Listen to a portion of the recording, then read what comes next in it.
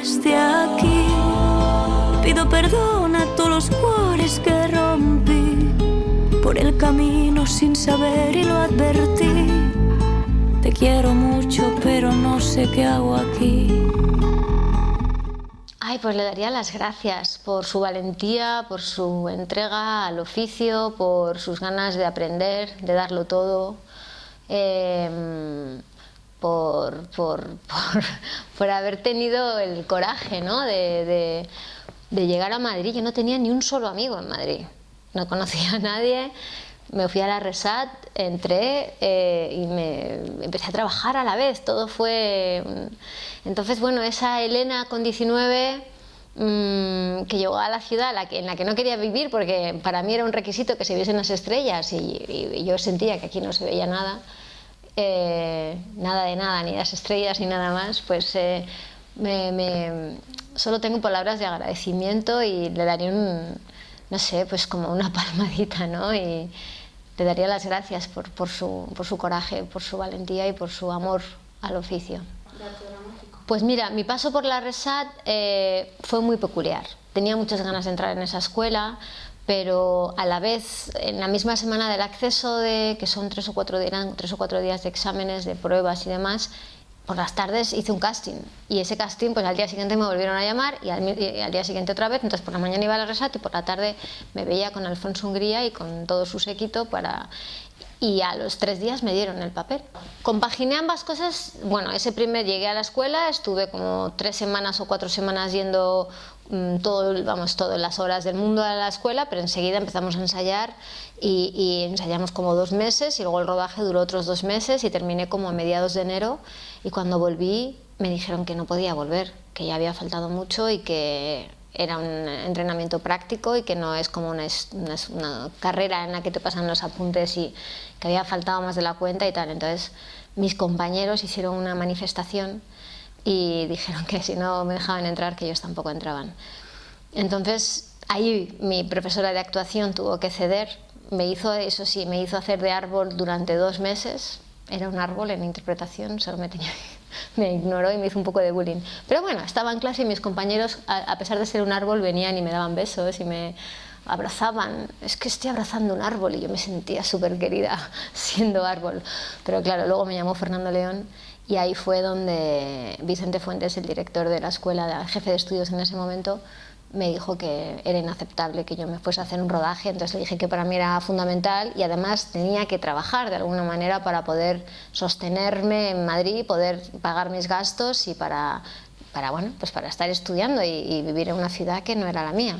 Entonces, bueno, pues dejé la escuela y encontré una escuela privada que me permitía pues ser un poco como el Pisuerga, ¿no? Como ir entrando y saliendo de la escuela dependiendo un poco de mis compromisos profesionales, que ya en ese momento empezaba a tener más.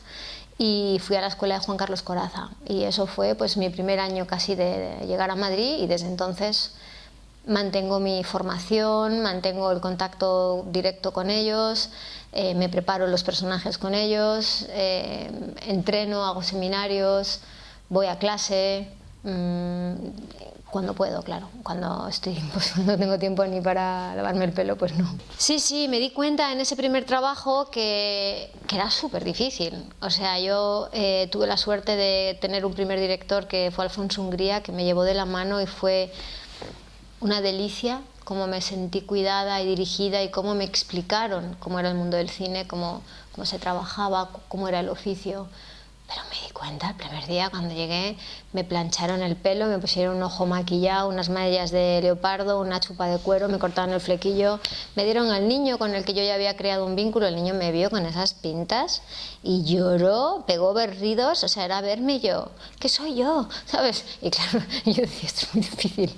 Y claro, ya no el vínculo con el niño, que era un niño de meses, sino la continuidad, el raccord, las secuencias. Ahora vamos a rodar el final de la película, pero hoy vamos a hacer también el principio, el estado emocional, el arco, la evolución del personaje, el crecimiento. O sea, era súper complicado. Y dije, bueno, esto es un regalo de la vida, Espero haberlo hecho medianamente bien para que me sigan dando alguna oportunidad, pero lo que tengo clarísimo es que me tengo que formar como, bueno, como si fuese cualquier otro oficio, ¿no? ¿Qué arquitecto construye un puente sin haber estudiado 5 o 10 años de carrera? Ninguno. Pues yo creo que sin los compañeros no existes. Sin actuar, hay veces, antes lo comentábamos, ¿no? Pues los monólogos, demás, hay veces que sí puedes actuar y aún así te tienes que rodear siempre de algo que te acompañe, ¿no? Pero es una excepción. Yo creo que sin tus compañeros, da igual quiénes sean, de dónde sean, la experiencia que tengan, la edad, da igual, no eres nada, no eres nadie, no hay nada que puedas hacer. Y para mí lo significan todo.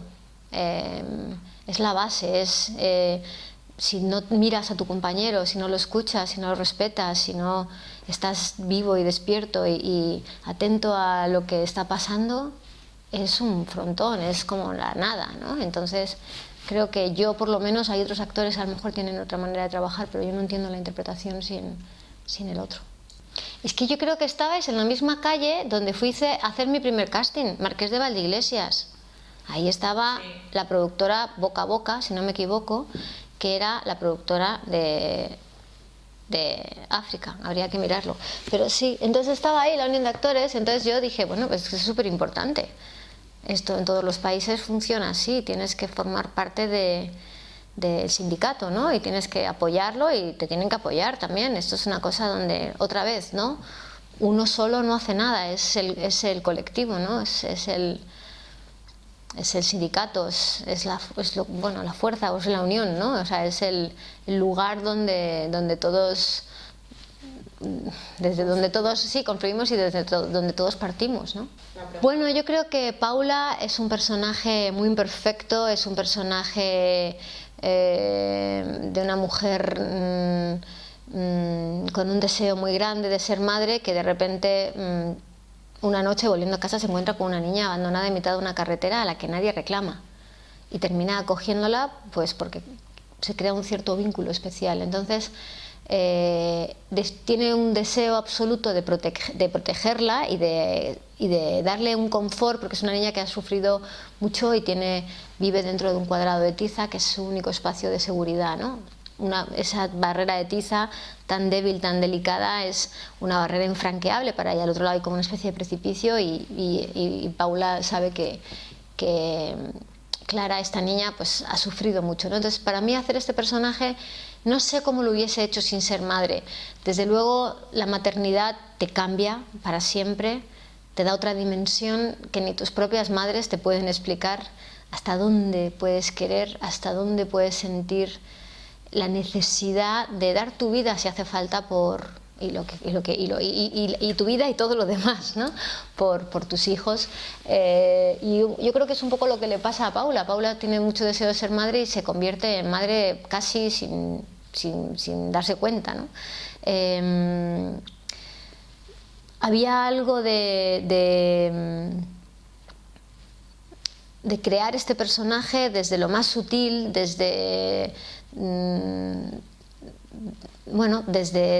un lugar muy incierto, muy inseguro, donde vive en primera persona el terror más horrible que puede ocurrirle a un ser humano, que es el terror real.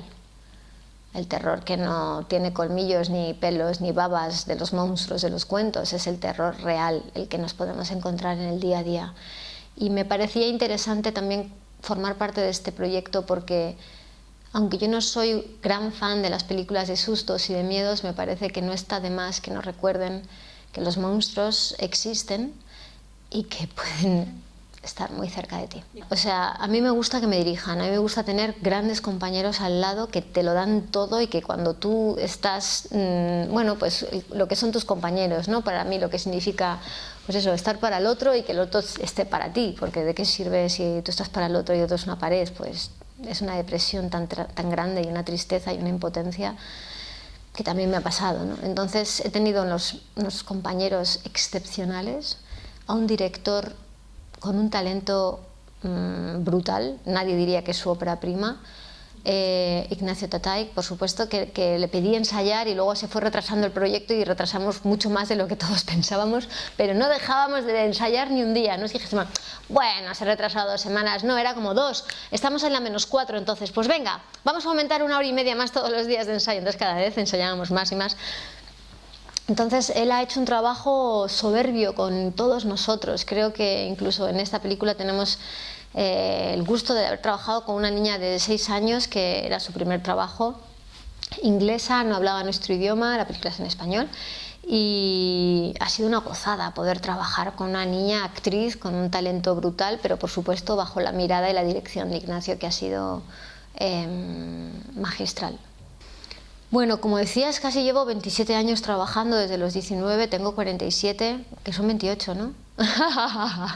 Bueno, soy de letras, pero sí, pues mira, he sido mamá súper mayor, he estado esperando, encontrando, tratando de buscar el hueco, el momento, pero el oficio tampoco me lo permitía, la vida tampoco me lo puso muy fácil, y entonces cuando he podido ser mamá, pues ha sido el momento en el que los astros se han puesto de acuerdo y los dioses, y lo he conseguido. Entonces he parado de una manera voluntaria el tiempo que he considerado necesario para poder cuidar, dar el pecho y ser, bueno, pues nosotras o la familia, ¿no? Las personas que cuidásemos a nuestros hijos, porque era súper importante no desaparecer. Todos sabemos lo sacrificado que es, todos los trabajos lo son, pero las jornadas de rodajes o de cualquier o de teatro, ¿no? O sea, son jornadas larguísimas y yo no quería volver al trabajo antes de un cierto tiempo.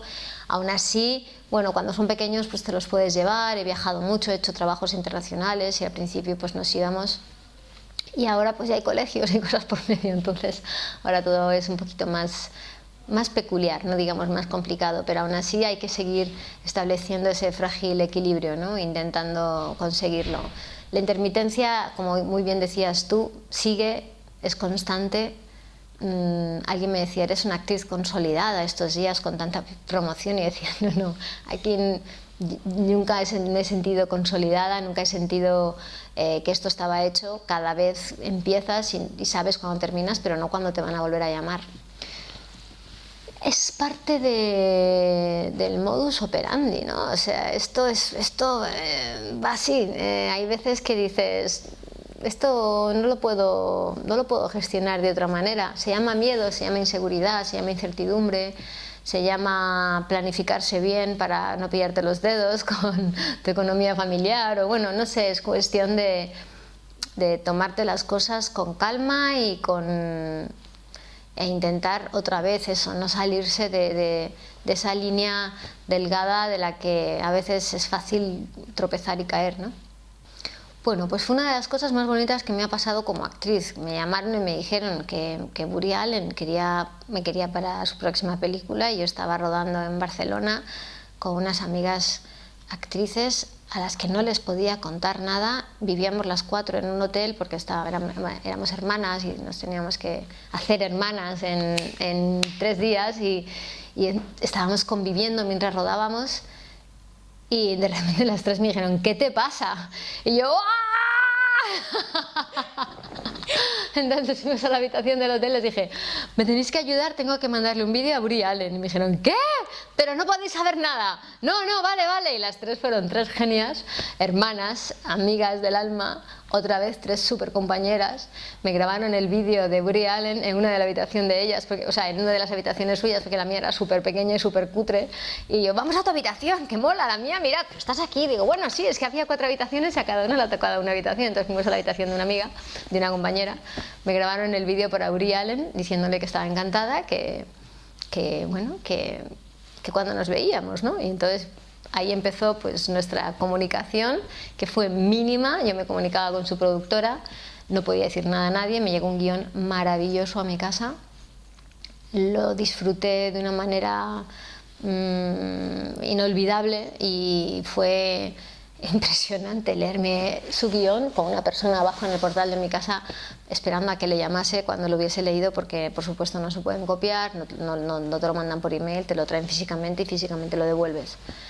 y muy nerviosa, para que no se me escapase nada. Si algo no entendía, lo tenía que buscar corriendo como para entender, bueno, pues palabras, ¿no? Que a lo mejor yo no soy bilingüe, no, hay muchas cosas que se me escapan, pero lo disfruté mucho el guión. Y luego pues la preparación, me sentí un poco sola, no podía llamar a ningún dialogue coach porque nadie podía saber que yo iba a hacer la película, entonces luego quieren que tengas un acento de Nueva York perfecto, pero eso no se consigue del día a la mañana, o por lo menos yo, que me cuesta todo mucho, soy muy trabajadora y lenta, no me sale todo así de una manera inmediata.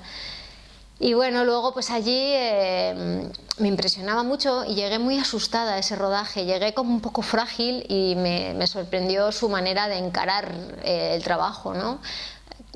Hacía 2 tomas, con todo el mundo funcionaba y conmigo pues no.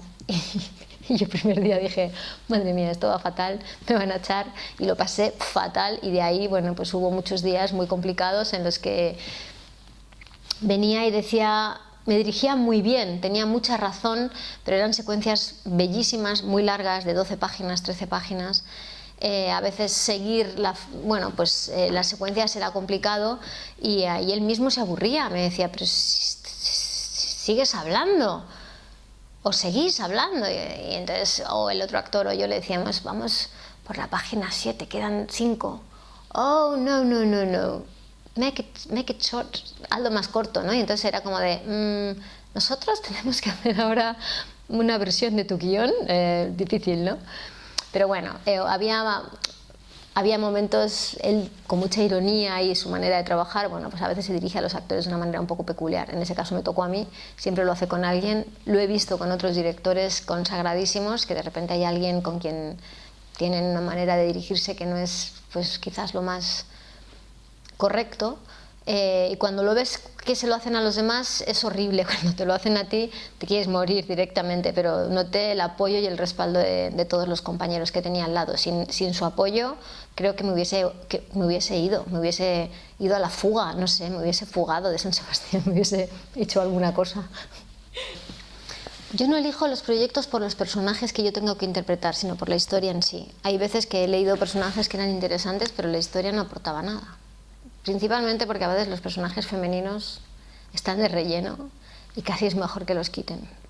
O por lo menos yo prefiero no hacer esa chica que está ahí, que es un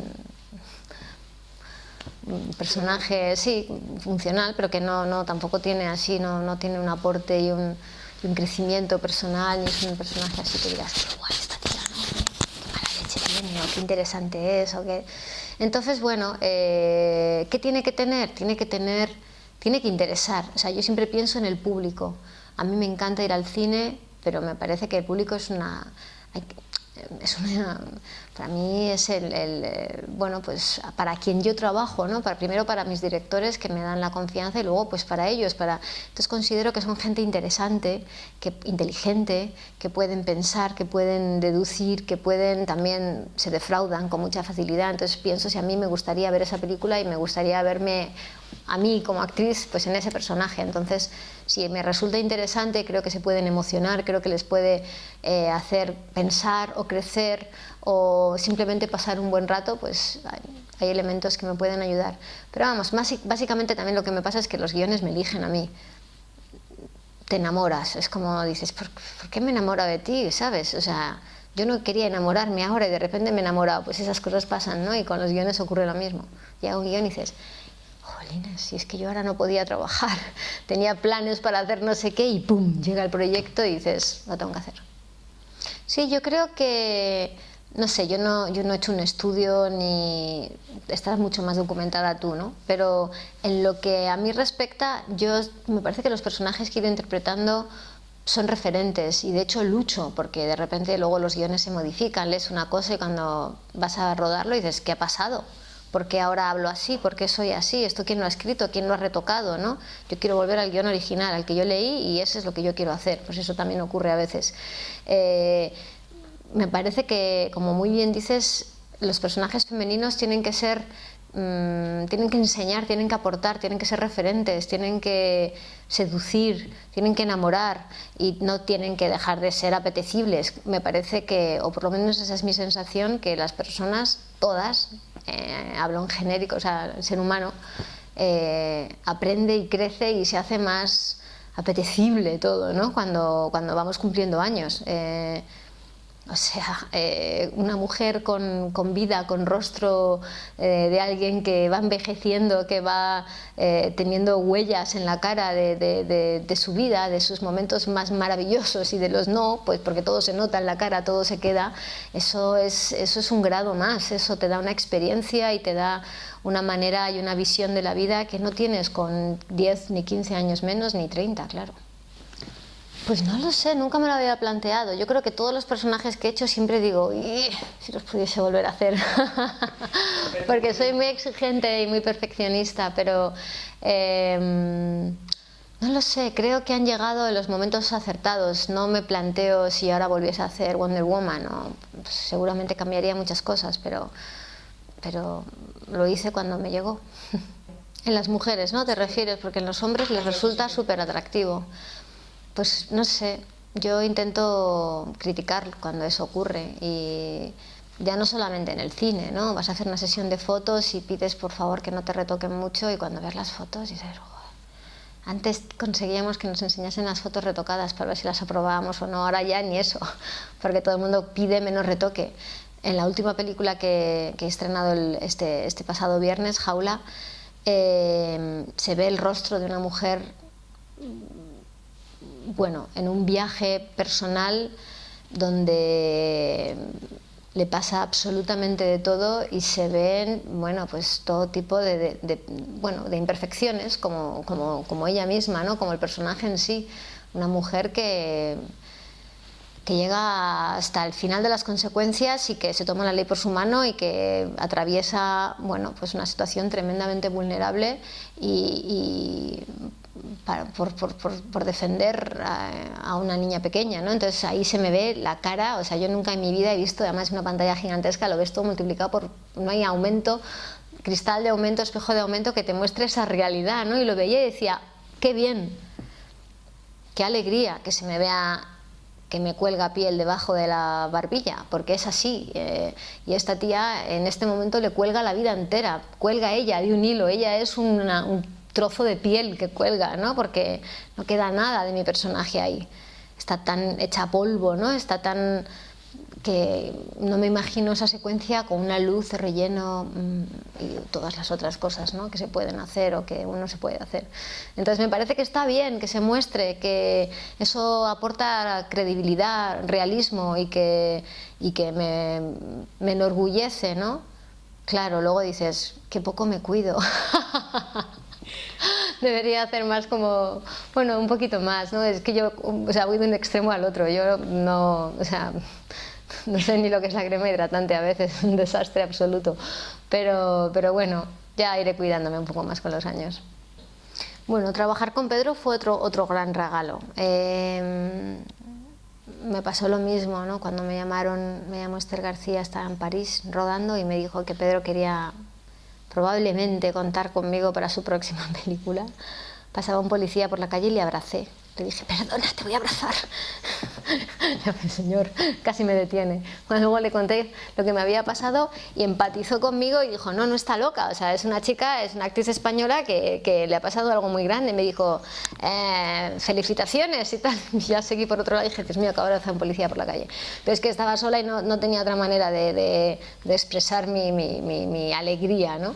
Lo mismo me pasó aquí cuando me dijo que por fin, bueno, pues, o sea, casi me muero, porque tampoco se lo podía contar a nadie, pero claro, a mi madre la tuve que llamar, ¿no? Y decirle, mamá, es mío, voy a trabajar con Pedro. Y luego en su casa merendábamos y ensayábamos y hablábamos sobre la vida, sobre el arte, sobre nuestra historia, sobre mi personaje, sobre su viaje, sobre su proceso, momento a momento. Fue muy bonito porque Pedro llevaba conviviendo con mi personaje mucho tiempo, entonces me lo trajo de la mano y entonces fue impresionante ver cómo se sabía todas las cosas de mi personaje, todo lo que yo tenía que hacer, él ya lo había estudiado y sabe ponerte muy bien en la tesitura, explicarte qué le ocurre a tu personaje y darte una nota, una dirección muy concreta para llevarte a un lugar muy específico. Claro, luego es muy surrealista porque a lo mejor has probado la secuencia de 27 maneras distintas y el día del rodaje te dice, ¿te acuerdas cuando no sé qué? Hazlo. Y entonces tú dices, sí, sí, claro, 27 maneras, que dices, me acuerdo de esta, pero las 27, pues tienes que hacerlo, ¿no?